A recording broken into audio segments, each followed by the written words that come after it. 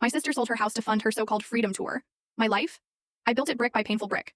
A stable career, a cozy condo overlooking Lake Michigan, enough savings to sleep soundly at night.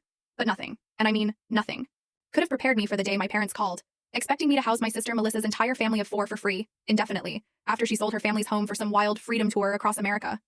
It was like they decided my hard-earned sanctuary was just a spare room to be used. Growing up, responsibility was practically tattooed on my personality. Before I could even spell the word, I was meticulously tracking my allowance in a Lisa Frank notebook. By 13, I was babysitting, saving most of what I earned. Through high school, I worked at a local bookstore. In college, I waited tables while maintaining a scholarship. Every single penny had a purpose. After graduation, while my friends splurged on European adventures, I built my emergency fund, then saved for a down payment on my condo. My sister, Melissa? Oh, she was a whole other story. 2 years younger, she just floated through life on charm and impulse.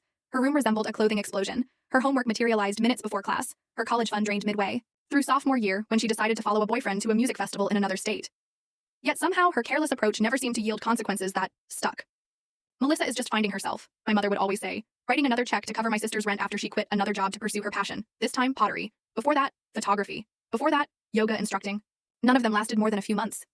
Meanwhile, our father would just shrug helplessly. She's got her mother's free spirit, the unspoken implication hanging in the air that I, by contrast, inherited his practical nature, portrayed as somehow less vibrant, less interesting. When Melissa met Rick at 25, our family breathed a collective sigh of relief. He seemed grounded, working as an electrician with a steady income. Their wedding was small but lovely, though I ended up covering half the cost when Melissa's elaborate plans wildly exceeded their budget. I told myself it was an investment in her stability. Maya came along a year later, followed by Tyler 2 years after. My niece and nephew became the absolute bright spots in our family gatherings. Smart, funny kids who somehow thrived despite the chaos that often surrounded my sister's household. I adored them fiercely, even setting up education funds for both, despite Melissa's eye-rolling about living in the moment. 3 years ago, when Melissa and Rick purchased a modest 3-bedroom home in the suburbs, I felt genuine happiness. Perhaps motherhood had finally anchored her. The house wasn't fancy, but it had a backyard for the kids and good schools nearby. For the first time, my sister seemed to embrace responsibility. "You should see Maya's room, Soph," she called excitedly, after they moved in. "We painted it purple just like she wanted, and Tyler's got space for all his dinosaurs." The pride in her voice made me so hopeful. My own life continued on its steady path. As a financial advisor, I helped others secure their futures while continuing to build mine. I dated occasionally, but hadn't met anyone worth rearranging my carefully constructed life for. My condo, a 2-bedroom with a home office overlooking Lake Michigan, became my sanctuary. Clean lines, organized spaces, everything in its place.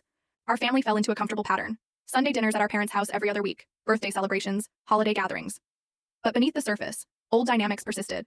When Melissa needed last-minute childcare, I'd rearrange client meetings to help. When their refrigerator died, I loaned them money for a new one, knowing I'd likely never see it again. Full story on the channel. Link below, click now and watch what happened next.